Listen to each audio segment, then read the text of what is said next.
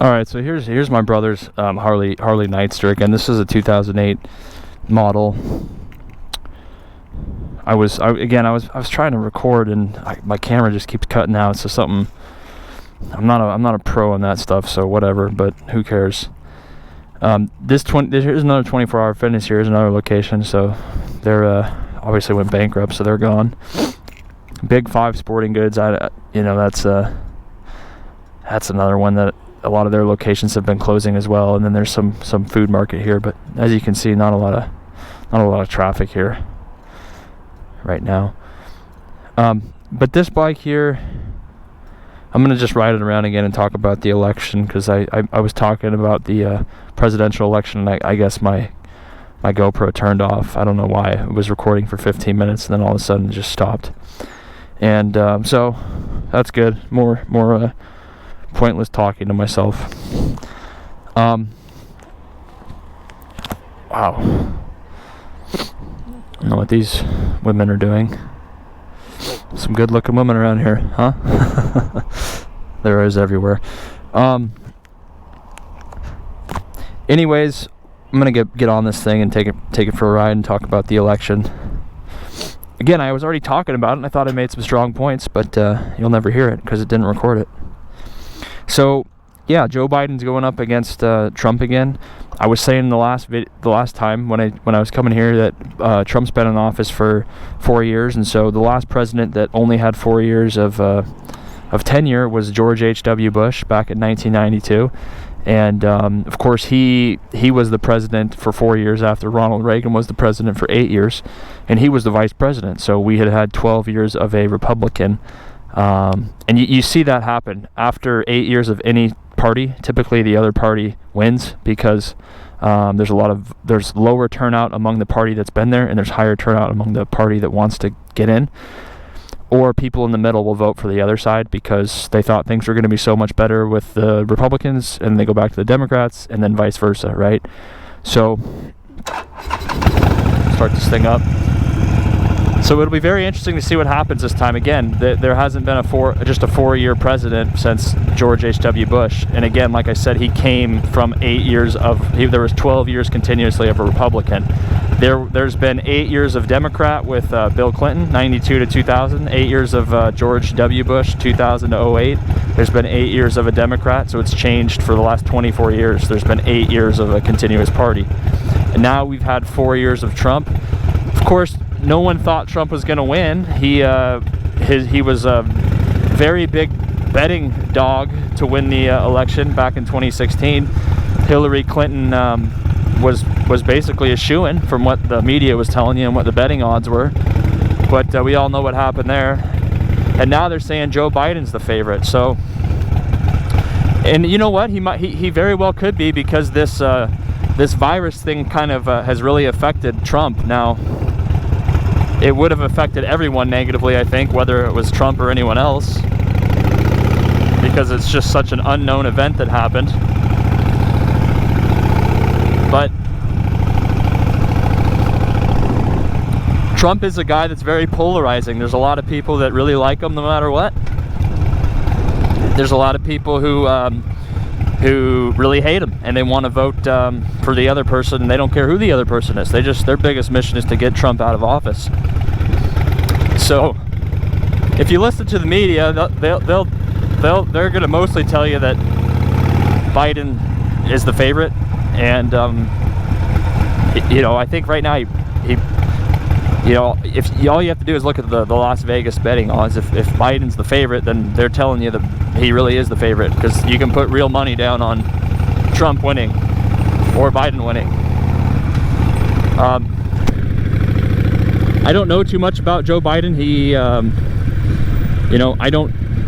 don't know a lot of people that are like really big pro-Biden people. They seem to be really big anti-Trump people, or really big pro-Trump people. So that kind of makes me think that Trump is going to win, just because it's hard for an incumbent to lose. They typically get a good amount of support if they've only been there 4 years. Trump has a pretty strong base. Now again, everything that's happened in the past 6 months could really change that. The economy was really high, the stock market was really high, and you know, consumer spending was like, you know, very high. And so the last 6 months, you know, a lot of people that were maybe on the fence will be like, you know, maybe I didn't think I was gonna vote for someone that wasn't Trump, but maybe I'll vote for Joe Biden, right? Because, you know, I lost my job, and they, you know, whatever, right? This COVID thing's been really bad for me, and I don't think Joe Biden getting into office would make it any better, because you're still going to have a virus, right? And you're still going to have all these businesses closed. So, you know, but some people would believe that, and so maybe they'll vote for, maybe they won't vote for anyone, or maybe they vote for Biden instead. So interesting to see what will happen there. And like I said, I think the incumbent always has the advantage, because they're already the president. They've already done stuff. They haven't had the full 8 years to see how stuff's gonna shake out. And so that makes me think Trump is probably gonna win. A little bit of it hinges on the debates, and I think you have to give Trump the advantage there too. Biden is you know, he's kind of like me when he's talking to himself. You know, you lose your train of thought, and you don't really know what you're talking about half the time. So that doesn't play well in front of people who are like undecided. Now, again, there are just some people out there who they don't believe Donald Trump is presidential, and they want him out no matter what. We're going, boys.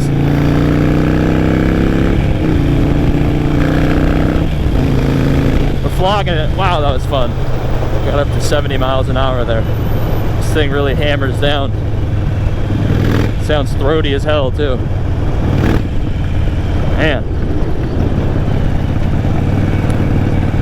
So, yeah, I mean, it's hard to tell what will happen. I really feel there's a strong amount of people in the silent majority that are going to vote for Trump, just like they did last time.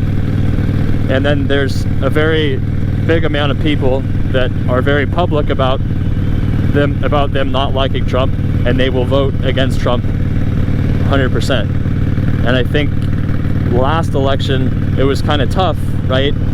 I think the Democratic turnout will be higher this time because, again, let's look at 2008 to 2016.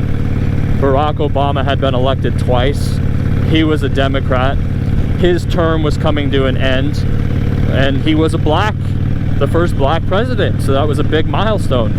And so I think the black vote, I mean, I can't imagine the black vote would be any higher than it was for Barack Obama. It has to be the highest ever under Barack Obama. Not only because he was a Democrat, but also because he was black, right?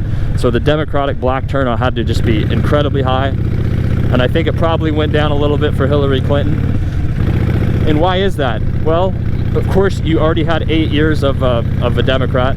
And so then in 2016, Obama's leaving. He can't get elected again, right? He's already been there for 2 terms. So now you have Hillary Clinton, who, yes, she's a woman, but she has a long history of service in our country, and some people like her and a lot of people don't like her because of her husband and because of her and all their shenanigans. And some people see her as, oh, you know, she's so presidential and she has a lot of experience, she'd be great for our country. On the other hand, you got people who are, she's a fraud, and, you know, they steal money and they've done a bunch of illegal shit and they get away with it, and, you know, they don't like her at all. But then there's people who equally don't like Trump. So I think a lot of people in 2016, they simply didn't vote, or they were maybe voted for Trump, right? Because they were kind of on the fence and they wanted a change. They already had 8 years of a Democrat, and maybe their life didn't improve that much, so they decided to go for the other side. So Trump's going to have that as a disadvantage this time, because he's already been in office, and the Democrats haven't had office for 4 years, and they probably have a little bit of an easier time rallying up their base and getting a higher Democratic turnout. Again, it's not so much a pro-Biden turnout, I don't think. I think it's more of just a let's get Trump out of office and let's get someone else in who's a Democrat, right? I think it could have been anyone. It could have been any one of the Democratic candidates, and I think a lot of people still would have voted against Trump because, you know, they maybe voted for him last time and now they regret it. I still do, me personally, I still think Trump will win. I think most people that voted for him last time are still going to vote for him this time. And I think even though the Democratic turnout might be higher, I don't think it's going to be enough to win the Electoral College.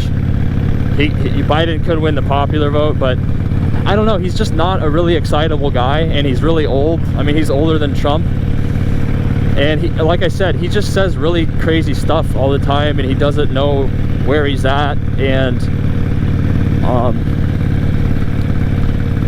it's just hard to imagine people getting really excited about him. Again, you're gonna get some people that come out and they vote against Trump.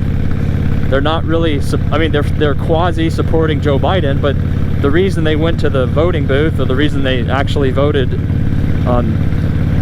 you know, the reason they mailed in their ballot or whatever is because, yeah, Joe Biden, he's all right, I guess, and, you know, he didn't do very well in the debates, and he kind of made a fool of himself, but I really hate Trump, so I'm gonna go ahead and vote for Joe Biden because he's the other guy. And that's not a winning strategy, I don't think. I don't think it is. I really think there are millions of people that are like that hate Trump and will vote against him.